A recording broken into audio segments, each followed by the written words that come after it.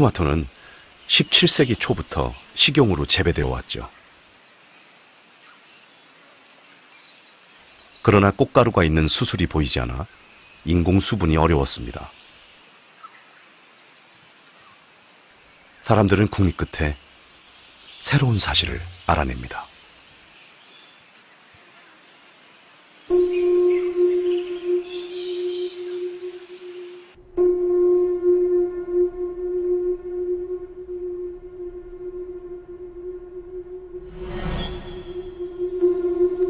약 350Hz의 진동에 꽃가루가 나오는 것을 발견한 것이죠.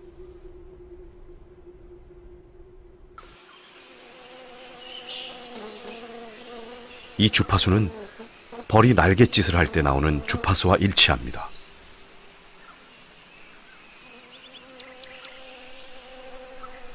벌에게만 꽃가루를 가져갈 수 있게 한 토마토. 꽃가루는 정에게 해당됩니다. 이 소중한 것을 믿을 만한 일꾼에게 맡기기 위해서죠.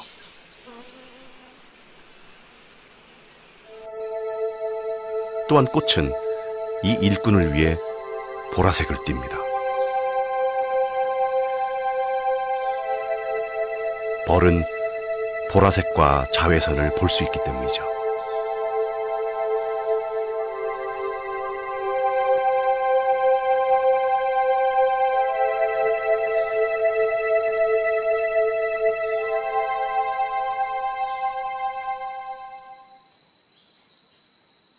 보라색 꽃, 벌을 유혹한다는 뜻이죠. 여기에 더해 꿀풀은 꽃 피는 순서를 조절합니다.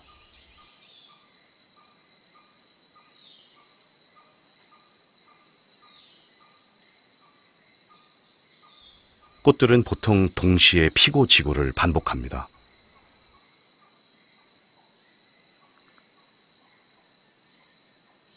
그런데 꿀풀은 꽃을 동시에 피우지 않습니다. 순서가 있죠.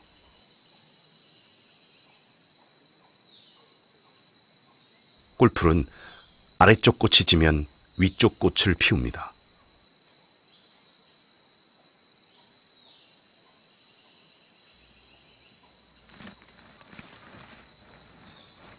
벌이 아래쪽에서부터 위쪽으로 꿀을 찾는 습성이 있기 때문입니다.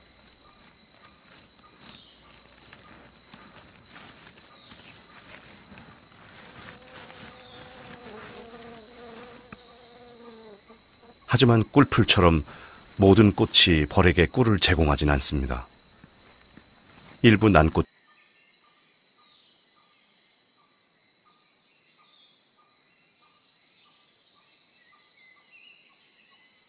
맑고 한가로운 낮, 여느 때처럼 용담꽃에 곤충들이 찾아옵니다.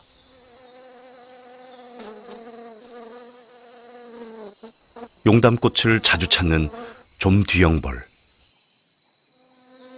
주둥이가 긴 박각시 나방, 주둥이가 발달한 곤충들만 용담꽃의 꿀을 먹을 수 있죠.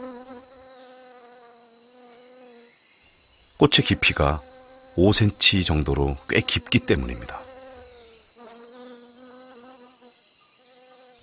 해질녘 기온이 떨어지면 용담꽃은 꽃 봉오리를 닫습니다. 마감 시간인 거죠.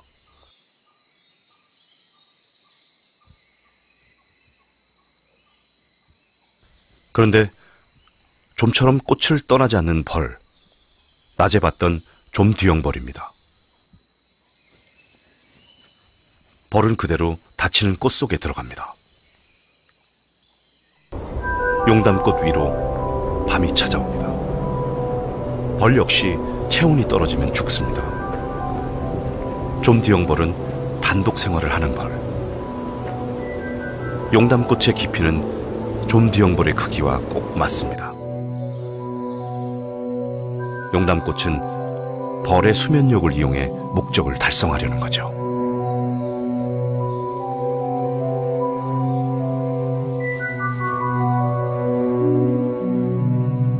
잘 때 뒤척였는지 벌의 몸엔 꽃가루가 잔뜩 묻어 있습니다.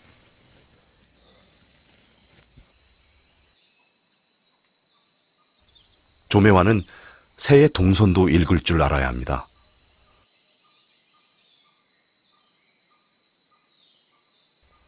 이 꽃에도 꿀은 풍부합니다. 꽃은 지상 50cm 정도의 높이, 숲 바닥에서 날아다니는 새의 눈높이죠. 또한 새가 안정적으로 착지할 수 있는 공간과 강도를 가지고 있습니다.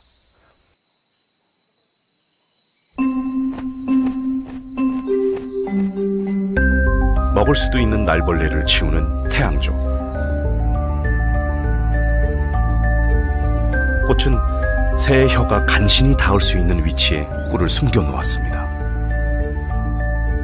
새가 고개를 숙였을 때 꽃가루를 머리에 묻히게 한 거죠.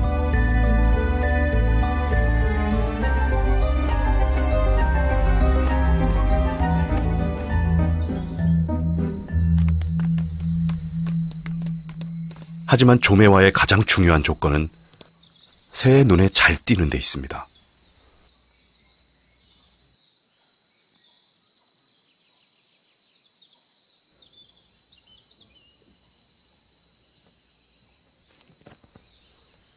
물을 먹으러 온 오색 앵무. 영양 상태가 좋은 조류는 화려하고 선명한 깃털을 가지고 있습니다. 깃털이 선명하다는 것은 사교적이며 짝짓기에 성공할 확률도 높다는 것을 의미합니다.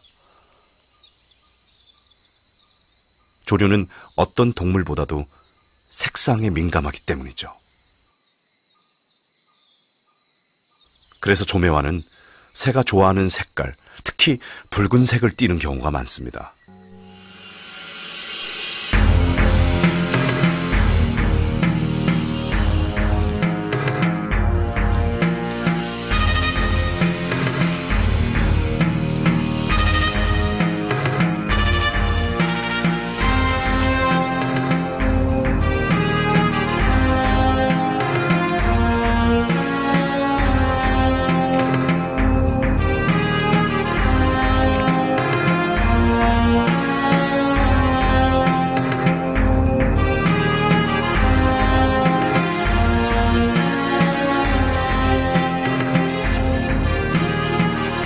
이 꽃의 이름은 새 이름과 같습니다. 극락조의 색깔뿐만 아니라 날개를 펼치고 있는 모습까지 흉내냈죠. 꽃의 중심엔 꿀이 넘치고 새가 앉기 쉽게 횃대도 갖추고 있습니다.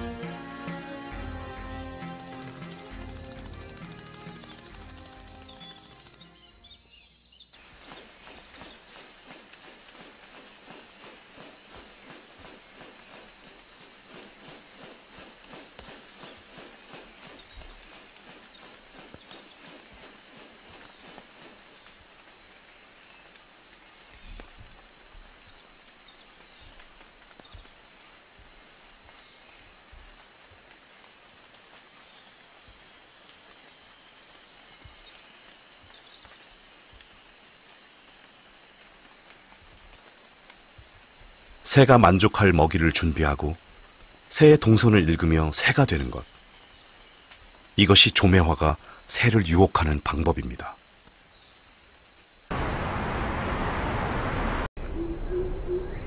수많은 꽃들이 다양한 궁리를 하면서 파리를 유혹하려 합니다.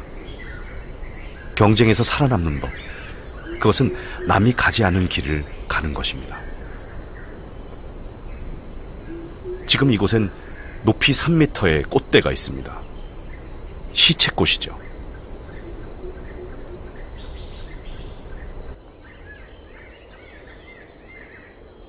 (7년) 전, 이 꽃대는 평범했습니다.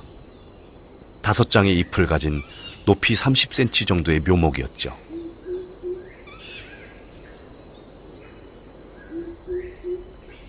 해가 갈수록 잎의 개수는 늘어나고 나무는 5m까지 자랐습니다.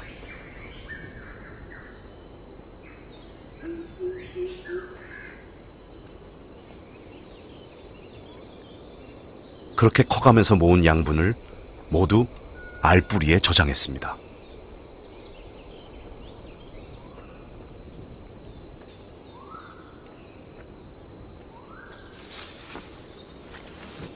알뿌리가 다 성장한 뒤 나무 부분은 쓰러졌고 쓰러진 자리엔 알뿌리만 남았죠. 7년 동안 모은 양분이 이 알뿌리 속에 있습니다.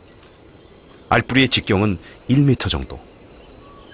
무게는 무려 100kg에 달하죠. 왜 이 식물은 7년 동안 영양분을 축적했을까요? 약 넉 달의 휴면기 뒤에 그 이유는 드러납니다.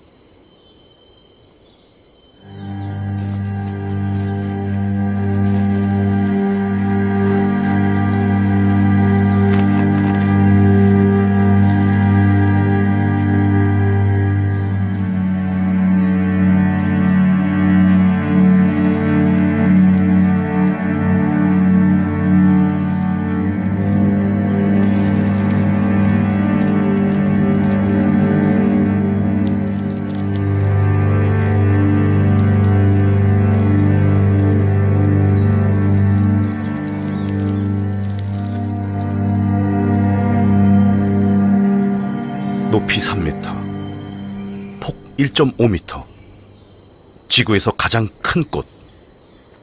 7년 동안 영양분을 모은 이유입니다. 그런데 이 거대한 꽃이 유혹하는 것도 작은 파리입니다.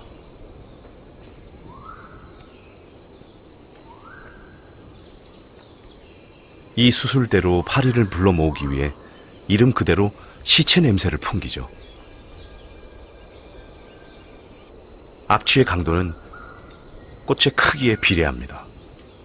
숨이 멎을 정도죠.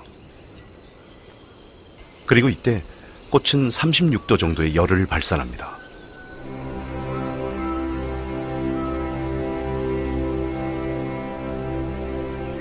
열은 상승 기류를 만듭니다. 악취는 3m의 기둥을 발판 삼아 치솟게 되죠.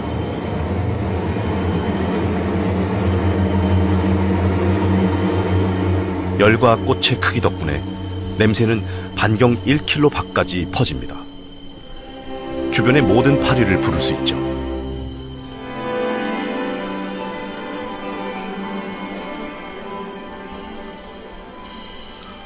파리들이 몰릴 것을 대비해 꽃은 많은 수술과 암술을 가지고 있습니다. 위쪽이 암술이고 아래쪽이 수술입니다.